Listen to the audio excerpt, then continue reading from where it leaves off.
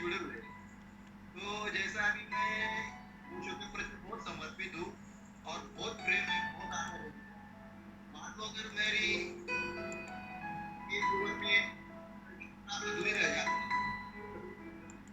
जो घटित हो जाती है, तो क्या मैं भी, अगर मृत्यु घटित हो जाती है तो मैं भी उस अदृश्य लोक में, उस डायमेंशन में चले जाता हूँ।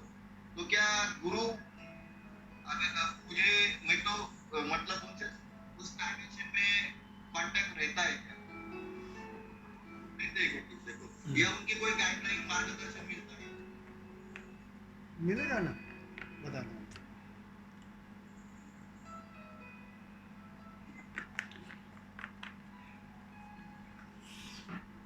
मैंने कई बार ये बात बताई है कि जहां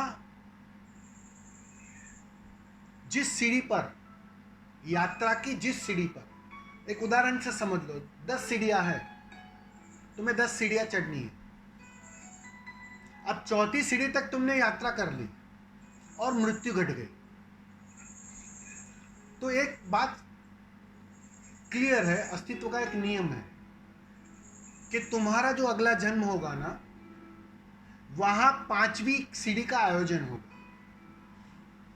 4 सीढ़ियों की अब चिंता गई, क्योंकि 4 सीढ़ियों का अनुभव, 4 सीढ़ियों का सीख, लेसन तुमने पूरा कर लिया, चौथी पास कर ली, तो अब चौथी को फिर से पढ़ने की बिल्कुल आवश्यकता है। तो वहां से तुम गुजर गए, अब आगे की यात्रा करनी है, 5वीं की, 6वीं की, 7वीं की। तो अस्तित्व करता क्या है, तुम्हारे नए जन्म के साथ उसका आयोजन करता है। अब तुम्हें अपने होश के माध्यम से, अपनी साधना के माध्यम से उस आगे की यात्रा को, उस आगे के अनुभवों को जीना होता है, और उस अनुभव के माध्यम से नए लेसन लेने होते हैं। जितने तुम लेसन ले पाते हो, उतना फिर तुम उस अनुभव के पार चले जाते हो। फिर वो सीख के लिए तुम्हें वापस नहीं आना पड़ता। उसका मतलब तुम 5वीं कक्षा पास गए, 6वीं गए, 7वीं गए। तो ये अस्तित्व का नियम है।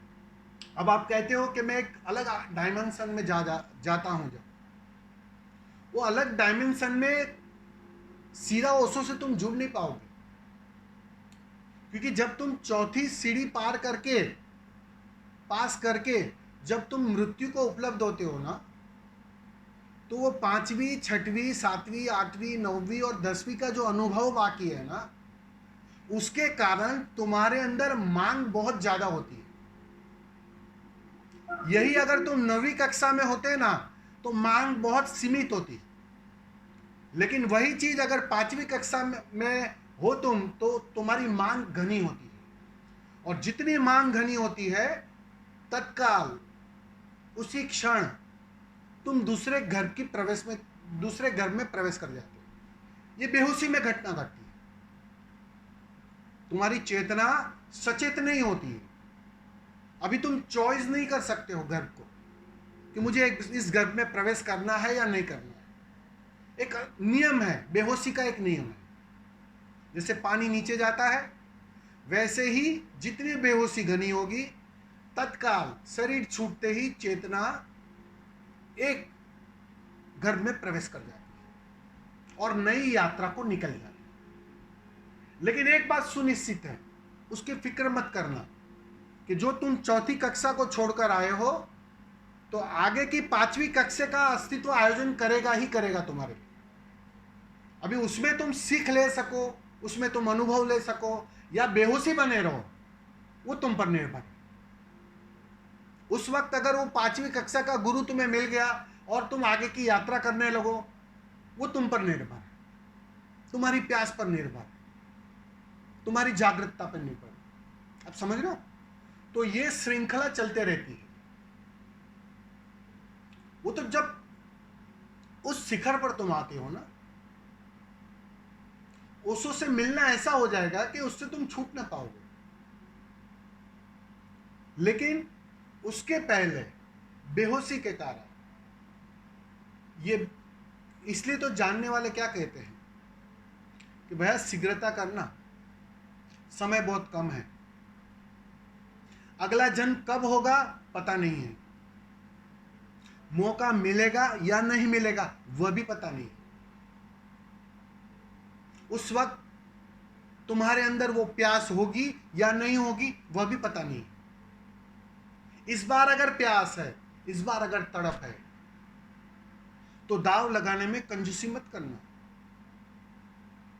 छलांग लगा देना, ये सारे अनुभवों से गुजर जाना, ताकि लौटना ना पड़े, बार बार वापस ना आना पड़े। इस पर इसलिए जोर देते हैं क्योंकि वो सब बहुत अनसर्टेनिटी है, पता नहीं। कभी कभी जन्मों लग जाते हैं, तो वो तुम्हारे अंदर तड़प, वो प्यास, वो मूल्यवान है। उससे मिलने की, किसी गुरु से मिलने की तुम फिक्र छोड़ दो। वो तो ऐसे हाथ फैलाकर खड़े हुए हैं, तुम बस ठीक से दाव लगा दो, ठीक से प्यासे हो जाओ, वो ढूंढते हुए तुम्हें आएंगे और ले जाएंगे। समझ रहे हो ना स्वामी जी? हाँ जी स्वामी जी। उसकी फिक्र करो।